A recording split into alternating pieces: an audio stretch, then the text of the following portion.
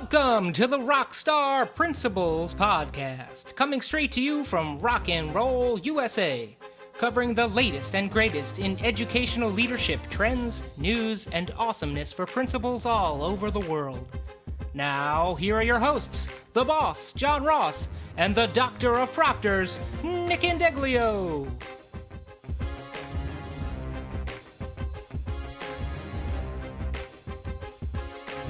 Welcome back to the Rockstar Principles Podcast. We gather here today on the most joyous and yet somewhat melancholy of occasions, as we are now at number 18 of the 18 things great principals do differently in the Church of Whitaker.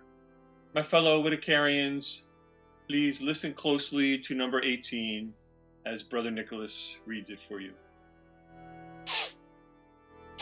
Please compose yourself, Nicholas, before you read. Just don't know if I can get the words out. Number 18. What great principals do differently. Establish clear expectations at the start of the year and follow them consistently as the year progresses. It's a thing of beauty. It truly is. I like the word consistently. Mm-hmm. It's a great word. Right. It's a word that rolls off the tongue. It's a word easily spelled.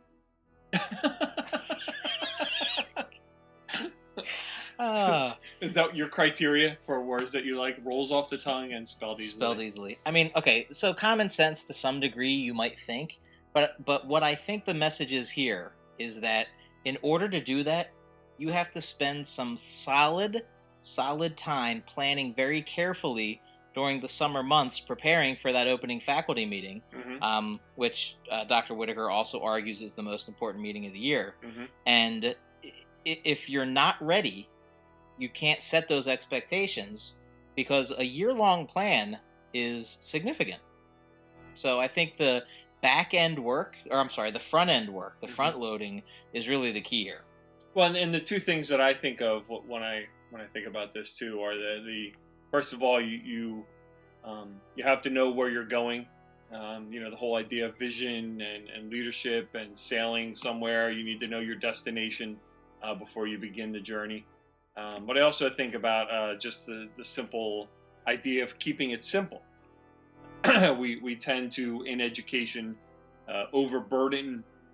It flows downhill, and by it you can fill in whatever word you want. Yep. But the stuff flows downhill, and you get school boards giving directives to superintendents, who give directives to directors of programs, who then pass things to principals, who pass things to teachers, who pass things down to kids. So I think that accumulation of things as a leader you need to keep in mind, and just try to minimize and have a narrow focus on the one or two. I try to not make it more than two major points of emphasis for you for the year.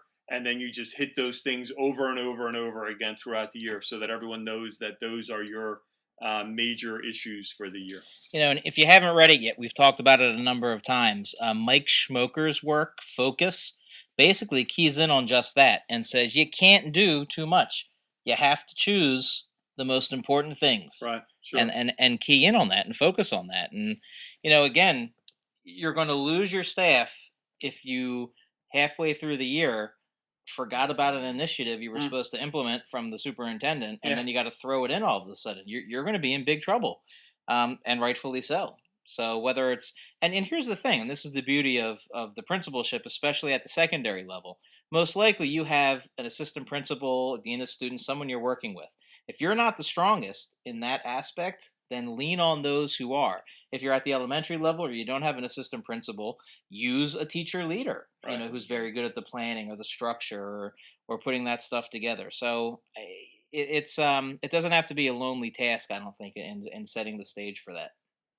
All excellent points. All things that, as I think you alluded to earlier, may seem common sense to most folks, but I think it's a good reminder and a good refresher. And certainly an outstanding way to close out. So any last comments? I'm sure we'll revisit the Church of Whitaker, right? As time goes on back on our podcast. We're going to have to reference it. Chances when we get opportunities to, if for no other reason than to get retweets from Dr. Whitaker when we publish the podcast, which are fantastic. Yes, yeah, that really helps. And I think down the line, like an idiot, I didn't save the audio segment separately for our Church of Whitaker one, so it's all edited together. But at some point, we should put together a massive greatest hits. Yeah. That's a great idea. When we become big and famous, I think we'll do it. Yeah, we'll hire somebody to do that for us. That's true too. Yeah, I think that's the way to go. Right. I also liked your analogy of leadership journey, sailing the ship. Did you purposely make the Garth Brooks reference with that one, or the river, sail my vessel? No, I don't. No, that's not a big Garth Brooks. Jeez, Sorry to admit. Are we having a fight? Is this our first on-air fight? I don't think so. Okay. No. I got no problem with Garth Brooks. Just he might have been not a song that I remember. That he was, if not at the top, his live show he did 7 sold out shows in State College. First time was right when the Bryce Jordan Center opened. Yeah, I went to, I think it was the 3rd or 4th show. The Bryce Jordan Center in State College at Pennsylvania State University. And his energy level. Yeah. Unbelievable. Oh, I've heard that. Yeah, I've heard that from a lot of people too about his shows for sure. So as we close out our final Church of Whitaker segment, I think we can once again mention what we're going to be. Should we do a little quick commercial here for what we're going to be doing next to fill the void of our weekly Whitakerian Well, segments? since the way it looks now is our first segment's going to be in the same podcast as this one. Oh. So we could leave them in suspense through the commercial break. Well, stay tuned then. A little bit later in this episode of the Rockstar Principles podcast, you will hear the first of our new mini-series, I guess we call it, our multi-week series that we do just as we've done for the Church of Whitaker. Here's your little hint. Instead of 18, which we've done, we've had 18 weeks. This one is going to involve 21 segments. So think about that. You know what they say, more is more. Heard that somewhere. Really? That's brilliant. Yeah. That's absolutely brilliant. I'm going to put that on a bumper sticker, I think. I wonder if at number 11 of our next one, we'll get the new person to meet us at a conference. That should be our goal. Just as we did, right. With Dr. Whitaker, we got Dr. Whitaker at about the halfway point. Our goal should somehow be to connect with our next person by the midway point of those segments. So stay tuned to find out what that segment's going to be. But for right now, we'll be right back with more of the Rockstar Principles podcast. Go forth, my friends, in the Church of Whitaker. Peace be with you. Goodbye, Todd. Bye. I love you, man. And now a word from our fake sponsors. But we'd really love if they were our real sponsors. Seriously, we would love it.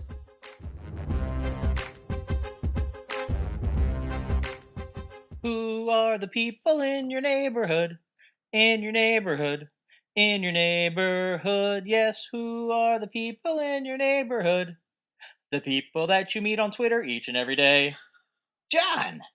I really wish you had told me you were going to start with that. So we're going to start a new commercial segment. I guess it's going to be people in our Twitter neighborhood. It's going to be the commercial segment. Twitterhood. Twitterhood. Who are the people in your Twitterhood? We're gonna go back and redo it, or we're just gonna keep going. Keep going. All right, from now on, it'll be people in your Twitterhood.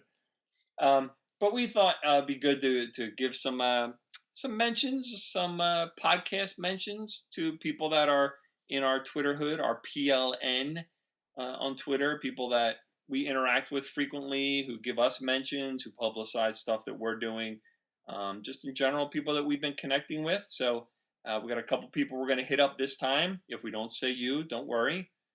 Keep pumping us up. We'll get to you eventually, but we're trying to make it a commercial. So for our first mention, I'm going to go with 3D, as we've come to know 3D. Her as Daisy Dyer Durer. We have to get a pronunciation because I always feel like I'm insulting her when I say her name. And wrong. It's Southern, so there might be. It's from Arkansas, right? So Daisy, on Twitter, you will find her. Her Twitter handle is @Daisy, the word Daisy, DYERDUERR, Daisy Dyer Durer is how I'm going to pronounce it until she tells me it's pronounced otherwise. But Daisy's a principal in Arkansas. She leads the ArcEd chat. which we participated in a number of times. I believe that's Thursday nights, the Arc Ed chat Yep. on Twitter. They're very Southern hospitality. Oh my God, her the Arc Ed chat. We get in there. It's always great conversation. Always a lot going on, and always, as Nick said, very, very friendly, and people that are very interested in what you have to say. So keep an eye out for the Arc Ed chat. Daisy also has a website that's the same as her Twitter handle, www.daisydyerdoer.com. So check out her website, see what she has going on, and turn it over to Nick. Nick, who do you want to plug? I'm going to go with one of our Philadelphia own, Ron What, Harvey. what? Ron Harvey, and his Twitter handle is at Crazy Joe Clark, CrazyJoeClark. And here's what we're going to do right now. We're going to give Crazy Joe Clark a big plug. He is a certified Beachbody coach. You want to do some P90X, P90X2, P90X3, now 30-minute workouts, or maybe you want to do some Body Beast, or maybe you want to do some Insanity. Beachbody.com's got a ton of awesome products to get you in shape, and if you need a coach to help you accomplish all your goals, he can do it. His website, just go to beachbodycoach.com/RDH150. Back to you, John. All right, so we each picked one that we wanted to go with, and then I think we had one that we would feel guilty if we didn't mention this person. And it never fails when we're in a Twitter chat, this person shows up and she retweets us and favorites our tweets and is constantly along the same line of thinking as we are, and we try to return the favor quite frequently. And that's our friend on Twitter, Kimberly A. Hurd. Her Twitter handle is KHURDHORST.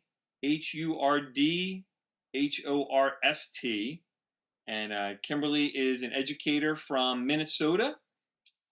She's, again, on Twitter all the time, constantly tweeting good stuff, especially when it's our good stuff that she's retweeting. And she's got a blog too, John. She runs a blog as well. Right. What's the site for her blog? Her blog is seedsforlearning.blogspot.com.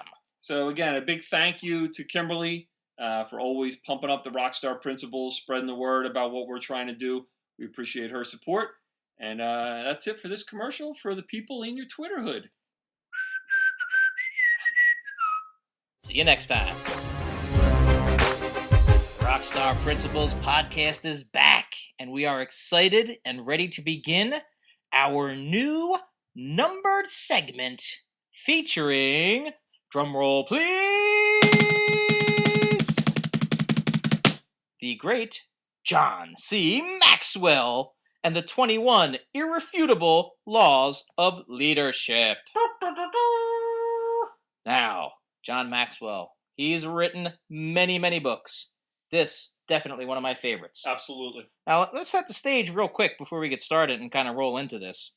As you know, I am very fond of research. You are? Yeah, and you might have thought if we were going to do leadership characteristics and qualities, we might have picked something that had been more quantitatively researched. Say a Doug Reeves or a Marzano. They actually have meta-analyses that have taken place of this type of stuff. But instead, we're going to go with something a little more passionate, something a little more from the gut. Love it. Jon C. Maxwell. Now, before we launch into number one, before we begin this journey, a couple of things Maxwell sets as conditions for the book. The laws can be learned. Basically, he's saying anyone can learn these things. Anyone can apply them. Number two, the laws can stand alone. You don't have to do all 21 of these things to improve your leadership. Okay, one can work wonders. The laws carry consequences. If you implement them, it will work. Kind of like those Axe body spray commercials. You spray that Axe body spray on, you better be ready I'm for... sure he would love that analogy. Yeah, maybe it might be harder to get him on the podcast with that type of thing. You ruined it. We're 30 seconds in, you ruined it. And it's all over. Getting him on. And basically, number four, that these laws are the foundation of leadership. And a lot of these are tied into a lot of good research there. So, number one, we're going to talk about in a minute. But first, John is going to make the big announcement, the name. What is the name? Well, as you know, when we had our weekly segments with Dr. Whitaker, we were Whitakerians, the Church of Whitaker, and we kind of took the ball and ran with that. And we've decided to go a similar vein and use using an organized thought, but not we're not going to go to church anymore, because there can only be one church, the Church of Whitaker. We are going more of the educational route this time, and we've decided to call this segment Maxwell University of Leadership. Yes. Maxwell University of Leadership, or MUL. Or which, MUL. Or MUL. Which, once again, probably will not help our chances of getting Mr. Maxwell on the podcast, but nonetheless, we felt like that had the best little ring to it. We may just call it Maxwell University or Maxwell. Yeah, I think that might be the short. MU. Max U of L or something like that. Yeah, Maxwell University of Leadership. And the tagline, to quote Apollo Creed, Uh-oh. "Time to go to school, son. Time to go to school." Did we just lose? Once again, any sliver of a chance just decreases exponentially, if that's at all possible. So yes, we're going from Church of Whitaker to Maxwell University, or Maxwell University of Leadership. And this is a classic, a great book. This was one of the first leadership books that I got. It was actually given to me by a fellow administrator.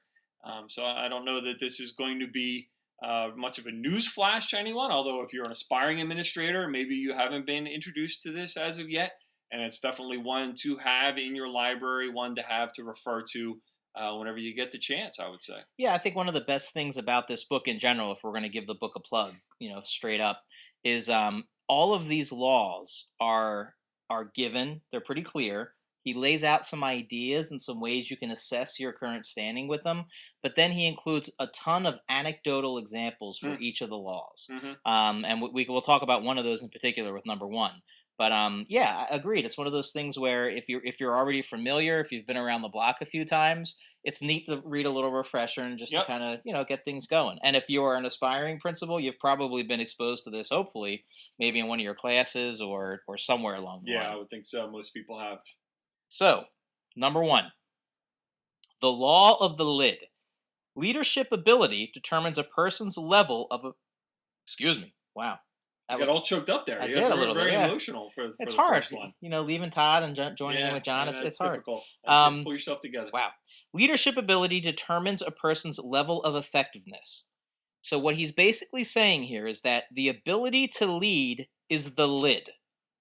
The lower an individual's ability to lead, the lower is the lid on the potential. The better a person is at leading, the higher that lid is for achievement, success, etc. So, a lot of ways you can look at that. Depends on whether or not you have a fixed mindset or a growth mindset to a large degree. Talking some Dweck there. But John, what comes to mind when you look at number one? Well, let me first put a quick plug in too for how he talks about applying the law of the lid. He said basically you can do that in 4 steps. Number one, list some of your major goals, particular ones that require cooperation from others. And then number 2, assess or rate your leadership skills. Number 3, ask others to rate your leadership skills on a scale of 1 to 10. And then step 4, compare their scores to your own and ask yourself how willing you are to grow in that area of leadership. So again, talking about the growth mindset that Nick mentioned, you have the ability to grow that leadership. But I love this. I mean, I love the idea. I can't tell you how many times over my years as a leader, I've talked to teachers about their leadership skills, and how many times people have responded by saying, "Oh, I don't know. I don't think I have the ability. I don't see myself as a leader." And I say repeatedly, and I don't know if it's because I'm thinking of the law of the lid or it's just something else, but repeatedly say that you don't realize how much of a leader you are. You don't realize that anyone can really be a leader in various ways, particularly in education where you're leading children every day. So I know Maxwell's book isn't geared toward education, unlike Whitaker's stuff.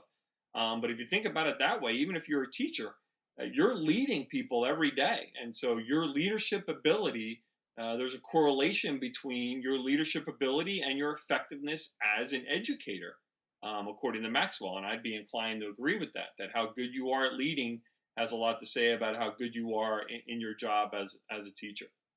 And for those of you who, and I think to some degree he's poking a stick a little bit at people who believe that you're either born a leader or you're not. Yeah. And we know to a degree that that's true in terms of what he's doing here, because he says you can learn these laws, they can be applied.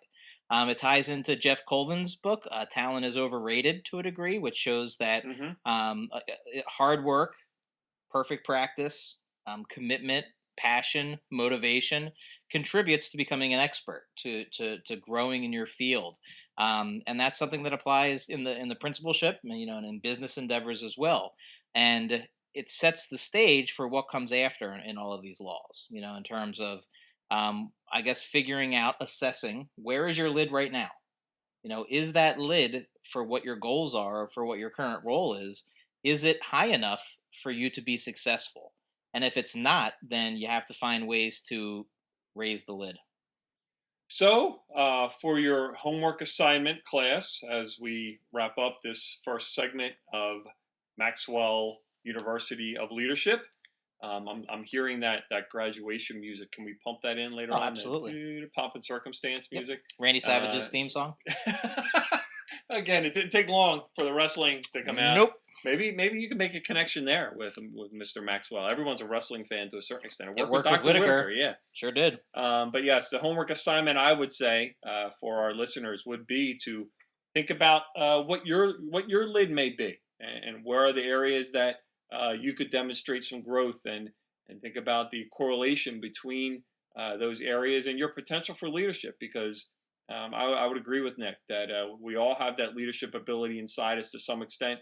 And your effectiveness really has a lot to do with how good of a leader you are. So do some self-reflection and some examination of your own, and bring that to class next week for our next session as we move on to number 2 in Mr. Maxwell's laws. In our introduction, John, we did forget one key thing. Since we are now working on the 21 Irrefutable Laws of Leadership, we should give the Twitter handle for my goodness, John yes. Maxwell. I'm not sure how we missed that. It's very simple, folks. At John, JOHN, C. Maxwell, MAXWELL. At John C. Maxwell. So we're going to start hitting him up on Twitter, see if we can get him to tune into the podcast. And anybody who may have a connection, wants to help us out there, maybe we can get him in on here for an interview. I'd love to hear his thoughts on how his book relates to educators, if he's ever thought about that. I'd love to hear about it. So it'd be great if we could make a contact there. Absolutely. And we are going to need the help of all the rock stars out there, because he's got 887,000 followers. Oh, that's all? Yeah. He's almost at 1 million. Oh, boy. He's getting up there. Yeah. We'll definitely, I'm sure he'll see right through to our tweets and, connect right away. We are the Rockstar Principals. That's true. We are the one and only Rockstar Principals. And if he doesn't, maybe we have to raise our lid. Yeah, right. Yeah. I was thinking something else. Sorry. It took me a second to. Oh yeah, that's what we were just talking about. We were just talking about that there. Randy Savage. Talk to you later. That sounds good. We'll be right back with more of the Rockstar Principals podcast. And now a word from our fake sponsors. But we'd really love if they were our real sponsors. Seriously, we would love it.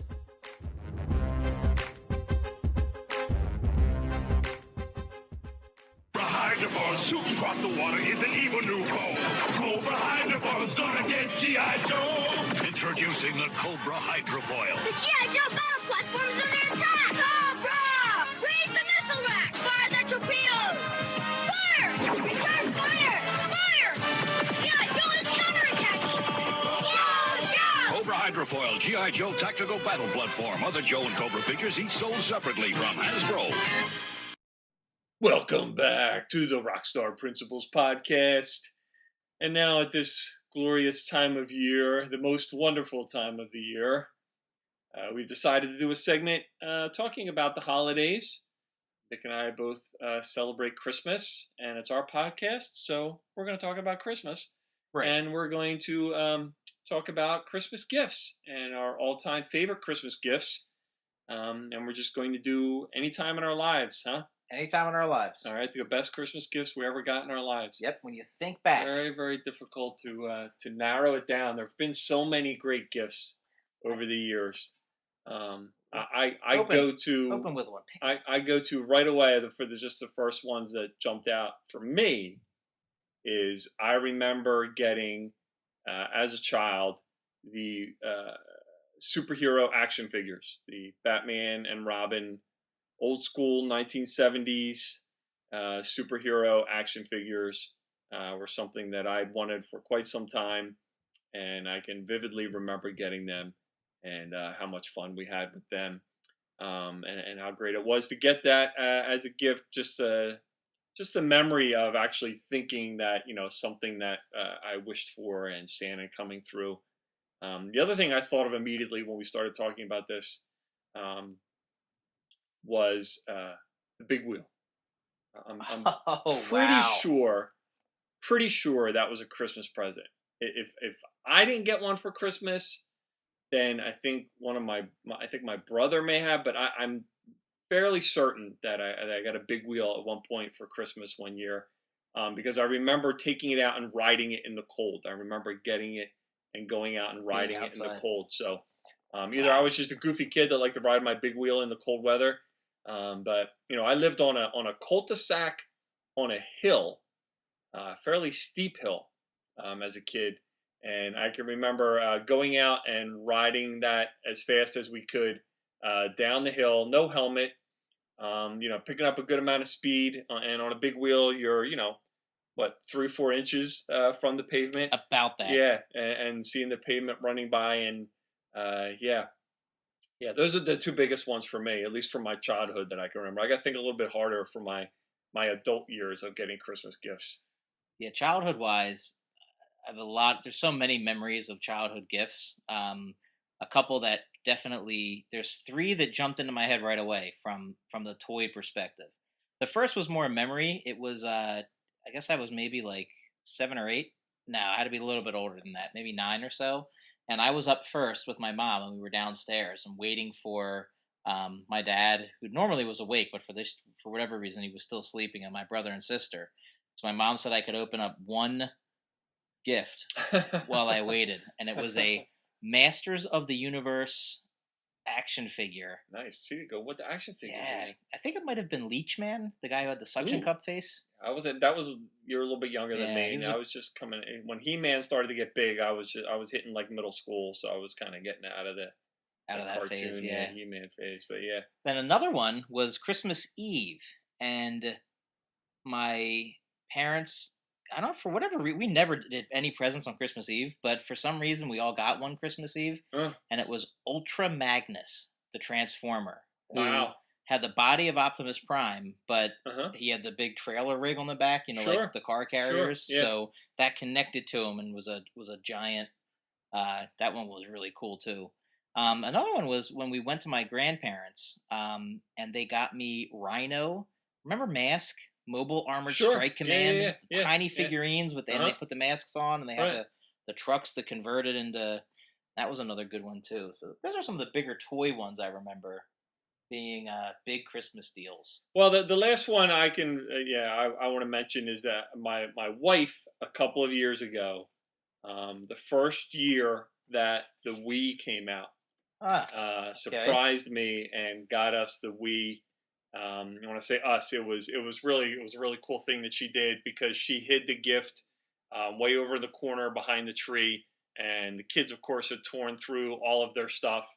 Um, I think Ellie was a newborn. I think our youngest was a newborn. This might have been like '06. So I don't remember what year the Wii came out, but my two other kids were, they were fairly young, and I had no idea that she had done it, and it was awesome. I mean, we got right into that, and we just had a really good time as a family. For the better part of Christmas Day playing the Wii, and I think the reason it took me back so much is I can remember as a kid getting the Atari Oh, 2600? 2600. And Wow. I can remember vividly getting that and seeing my father's excitement. And I was the youngest. I mean, my dad was like 40 when I was born. So he wasn't, I'm closer to my kid's age than what my dad was to my age when I was a kid. So there wasn't, my dad did stuff with me. I don't want to make it like he ignored me, but there wasn't a whole lot of like playing with my dad Right. that I remember except when we got that Atari 2600. My dad was all about that.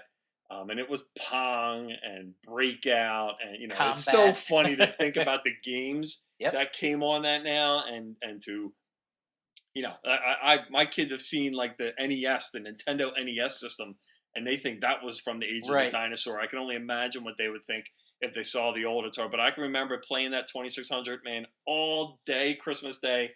I can remember the adults kicking the kids off of it. Yep. And the same thing happened when Julie got us the Wii a few years back, and that the kids were so excited, and Julie and I wound up completely. And we went to my in-laws that day for Christmas, and we brought the Wii it with you. us, and there were a bunch of people there, and we hooked it up to their TV and played on their TV, and it was good stuff, really, really good stuff. Do you remember? Tell me you had the Superman game for the Atari 2600. That was later. But yeah, and it wasn't I don't remember it being a very good game. It didn't matter because it came out right when Superman 2 had come out, and that was the first like big movie experience I had. So when we're talking like pixels. Oh like block awful, figures. Awful. But when Clark Kent walks into the phone booth, which looks like a number 8, and comes out and Superman flies with like the blocky cape behind him. That was only topped by in terms of like just awful special effects. Did you ever see the E.T. game? Yes. For the old Atari 2600? And you put the pieces that into game, the phone thing? That game, first of all, made no sense whatsoever. It didn't, no. I remember being so pumped and excited about that game coming out, and we got it and plugged it in and started, and we were like, "What? Wait, what are we doing? Like you couldn't follow. It was so frustrating." I remember with that funny. ET game. I remember you had to save the plant. Like he touched the plant and it came back to life, and you assembled the components of that phone thing to call his alien friends. And you had to take things from one screen to another, and you were on a you pedestal would at lose some things. point. You would just arbitrarily lose pieces for no reason. You would fall into a hole or something. Oh my God, we're losing people here. I'm sure. Unless you experienced. If you experienced E.T. on the Atari 2600, you know how bad it was. You know exactly what we're talking about. What about how awful Raiders of the Lost Ark? That was horrible too. On Atari 2600? Yes. I don't think I ever got that. You had it was very similar to the E.T. game, and then you kept going higher and higher on the pedestal to reach like the golden trophy thing. Yeah, I don't remember that. It was as confusing as E.T. Although you're taking me back because Pitfall was a great game. Pitfall on remember with the whole second series, the Activision games. Yeah. There was a whole bunch like there was like that was the Commando? next level of Kaboom, where the guy was dropping the bombs and that's good stuff, man. Wow, I got to get my hands on an Atari 2600 somewhere. I might argue though still that the greatest game on that system was Video Pinball. Oh yeah. Oh God, yeah. Yeah, that might was awesome. Might have been the best one. That was a really good game. I just remember the big one for my family was Breakout. Yeah. In terms of just everybody, the adults, the kids, and it was a game that everybody was. It doesn't matter how old you were. Right. You could have that. We kept track of who had the high score in the family. I remember we had a piece of paper next to the television. Could you get the special controller for Breakout, the knob?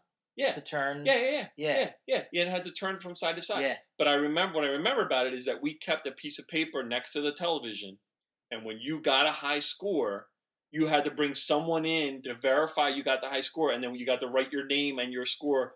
And we would just go. You would play that game for hours trying to beat each other's scores. It's so silly now thinking about it compared to when you look at the games that are played now. Obviously, well, yeah, but at the time it was huge. It was just a huge. Well, it's no different than getting badges on the Xbox 360 or PS4. Sure, like the competition is just much higher. Yeah, right. And you can do it online and stuff. Wow. Flashback Atari 2600 for Christmas. That's a good gift, and I like I said, I think the Wii, it's very similar. Maybe this year with the Xbox One. Yep. I know that's a big thing. A lot of people are getting those now. I think video games get a bad rap. They do. They are, in my opinion, I think I've said this. I don't know if I said it to you before, but I've said it to people before. They're the pit bulls of toys. Yeah. Video game systems are the pit bulls of toys. Yep. Pit bulls are great dogs. Pit bulls are great dogs. They are wonderful dogs. It's the owner of the pit bull that turns pit bulls into bad dogs. You know what I mean? Yeah. So pit bulls get a bad rap because the owners train them improperly. Video games, my opinion, the same way. If you either use bad games, if you let your little kids play what were we just talking about that you wanted to get?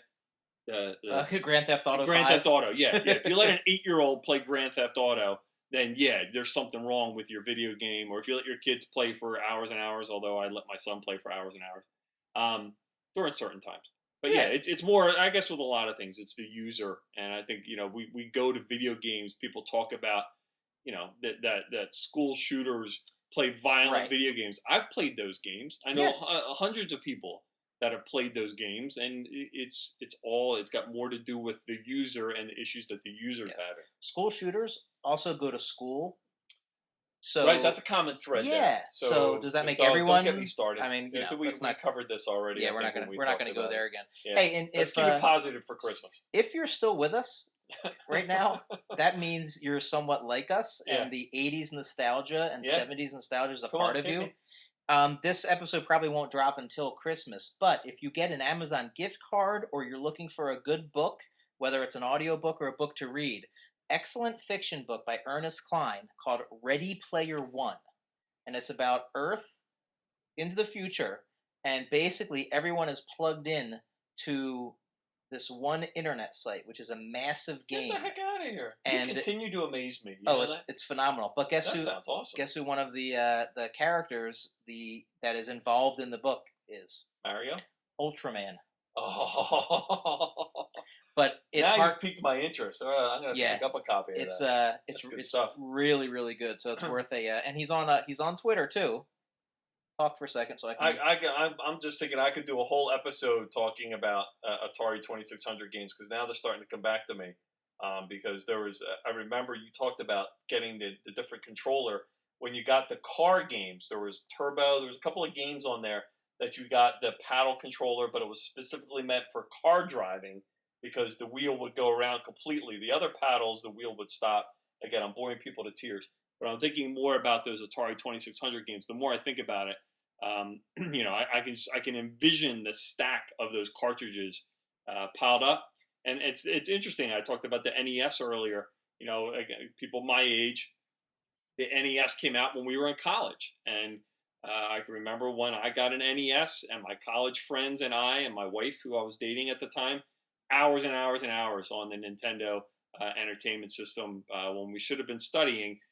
But staying up all hours of the night playing various games on that system, it's like I said, it's got a lot to do with the user. I think video games can be a lot of fun if you have your family around playing them together. Oh yeah, I think it's really, really good stuff and a really cool way for your family to interact. Did I kill enough time there? Did I give you enough time? Plenty of time. Another great one, which came a little bit later too, but has a direct tie-in to this book, Ready Player One. Yeah.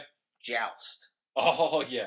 I was never good at that. I wasn't either, but it was fun. Yeah. What a weird thing, jousting on ostriches and stuff. Like, how bizarre is that? Come on. I mean, they're all weird. All of the games are weird. That's true. About it.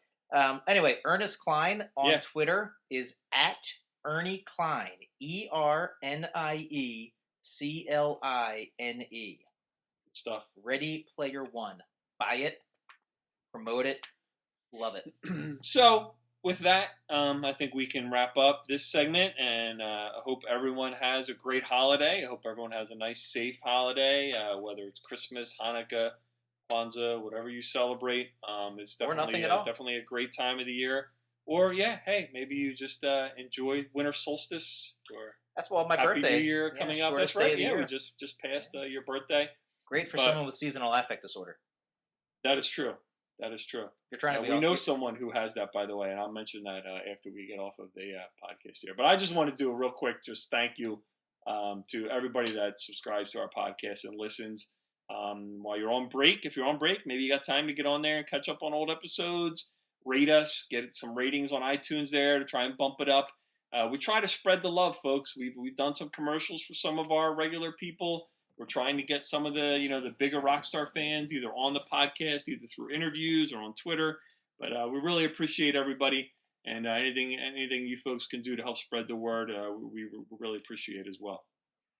So, anything you want to say, Nick, before we sign out? Have yourself a merry little Christmas. All right, cut it off there. Yeah. Although it did sound pretty good. That might have been your best singing so far. I don't know. All right, thanks everyone. We'll see you next time on the Rockstar Principles podcast. Happy holidays!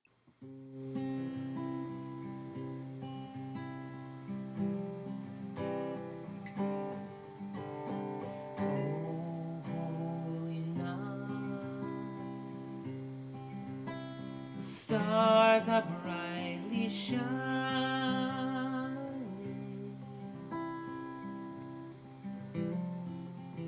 It is the night of our dear Savior's birth. Long lay the world in sin and error blind, till he appeared and the soul felt its worth. A thrill of hope, the weary world rejoices, for yonder breaks a new and glorious morn. Fall on your knees. Oh, hear the angel voices. Oh, night is divine. Oh, night when Christ was born. Oh, night, oh, holy night, oh, night divine.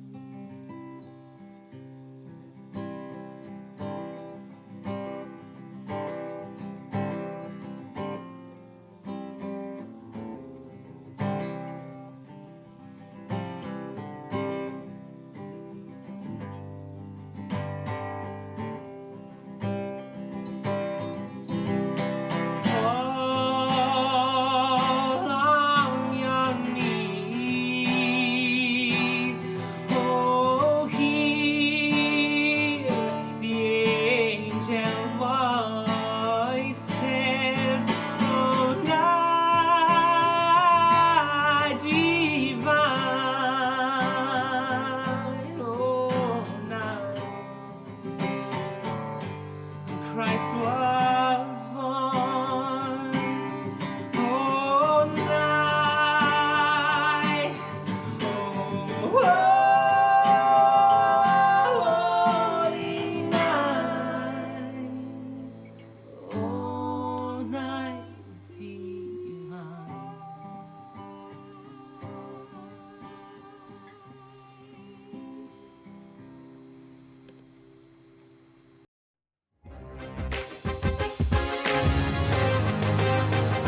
Thanks for helping RSP top the charts in the Edu podcast world. Keep it real with Twisted Steel and School Appeal.